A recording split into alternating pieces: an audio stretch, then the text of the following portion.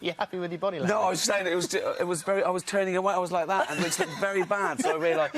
I suddenly thought, no, I should... Yeah. I should pretend to want to be here. No, I do.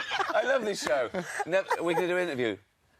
Sorry, were you going to say something? Do you want your intro? I don't really, because I've just seen a dog. Oh, should we get Luna in? Yeah. Call her in. You love Luna. I've got a DVD out. Go and buy it. Here's the dog. Right, come here. Oh, my God. See, you met Clover last time when she was a puppy, but this is the first time. She's grown a bit. Oh, hello. Yeah, she's a... yeah, she says she's in training. How old is she now? Six months. Yeah, 6 months. She's gorgeous. a bit gorgeous, isn't she? I love dogs. But They're do the you have a best. dog? No, because I travel too much, and we've got a cat, and people can stay there and look after, and the cat goes, yeah, whatever. But a dog, I can't stand that. What have I done wrong? Do you know what I mean? I think they're like a member of the family, so we cover other people's dogs. We just go over the heath and just play with... Want to give her a treat? What's that? What is that? I don't know, I was just giving it. Got what I have no idea. That's from definitely one of your other features. There you are. No? Yeah, you can have a little... No, now sit down now. Luna, Sit down. sit. Listen to this. This is going to be a great intro. Yeah, It's going to be... What's this going to be? Oh, plonked her head. Right, OK.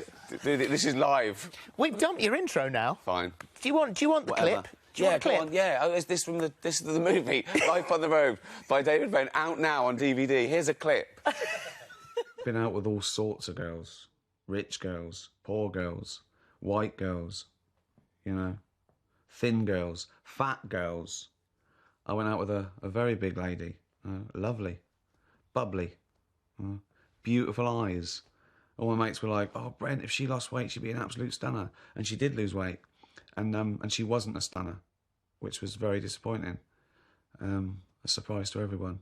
I think she left it a bit late in life and lost it way too quickly. So she was left with that sort of wattle thing. And she wasn't bubbly anymore, a bit grumpy. Always hungry. Oh, it's so good to have him back. What made you want to bring him back? It was a sort of gradual process, really, because I brought him back for a sketch for Comic Relief on the 10-year anniversary of The Office, and I sort of got re-hooked. And it was the music first, 'cause I did a song at Quality Street, and that did really well. And I did a couple of gigs, just as a laugh, just around Comic Relief. And I realised I had quite a few, you know, songs. I'd written a few for The Office, and I got this great band with Andy from Razorlight, and I started thinking, why would David Brent have such a good band? And that was the idea, oh, he's paying for it, they're session musicians, he's hemorrhaging cash, he wants to be famous, he's a rep, and he's spending it all on this crazy scheme for fame. Yeah. And that was the idea for the movie, and then it all happened quite quickly, yeah. Well, I mean, it's very funny, but there are also quite poignant moments as well. It's sadder than The Office, just because, you know, he's older and he's not the boss anymore, and also the world's changed behind his back, you know. That came from me watching those quaint docu-soaps in the 90s when an ordinary guy got 15 minutes of fame, and that was it. But now people live their life like an open wound to stay famous. They do anything. They do bad things to be famous. They're rewarded for bad behaviour.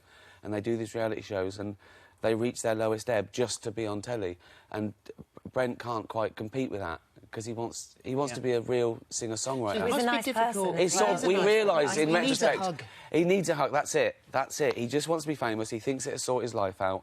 And it's too late, and it's a harsher world now. So he's now with alpha males. He's almost bullied. So our sympathies are with him this time. But it's still very funny. It's not Mike Lee. You know what I mean? It's not. Do you know what I mean? Exactly. It's not depressing, but it's a bit cringy, and I think it's uplifting by the end. So as well as this, I mean, you are always incredibly busy. You're back doing stand-up for the first time. Is it 7 years? Yeah, first one in 7 years. Yeah, and I've just done warm-ups, and I'm doing some more, and then I'm starting the tour next February around the UK. Then I'm going to go to America. And so this tour is called Humanity. Yeah. Sold out in 9 minutes, which is incredible. And you said this is actually the most honest and the most personal tour you've ever done. Yeah. So why now? Why? Because I think I've reached that age. I've got old people's rights. Right. I can say what I want now.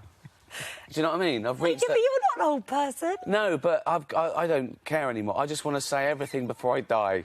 No, do you know, when I was growing up, my mum was probably my age that I am now, and I'd go home and she'd say things like, Rick, you're in half getting fat. It was that honesty. I was 13, I asked her why my brothers and sisters were so much older than me. She went, you're a mistake. But didn't miss a beat. So I've got to the point where I just want to say what's on my mind. So this is going to form... It's lovely and free, but it's funny because I'm whinging about the world from the most privileged position. So it's how spoiled I am, how spoiled I've become from my humble beginnings to demanding, you know, champagne on, you know, private. It's the funny side of me being... So are you getting more cantankerous? You know what? I've always been cantankerous, but now it's like I'm entitled to it. Do you know what I mean? I wake up in the morning and I ache. You know what I mean? So I'm allowed to be cantankerous. So it's my theory. Honestly, I could finish the rest of my life in a bucket.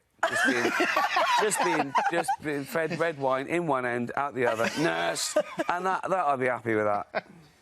But I try and work out, and I try and keep it together, and that's the difficult bit. Sort of a therapy for you. Yeah, just and dogs. That's it. In a bucket with a dog, bringing me wine. What a great life that is. Merry Christmas, everyone. We'll try and teach her that. This is look, the funniest film of the year, says the Daily Mirror. That's what we're talking about. There you go. Lovely to see you. Have a great Thank Christmas. you.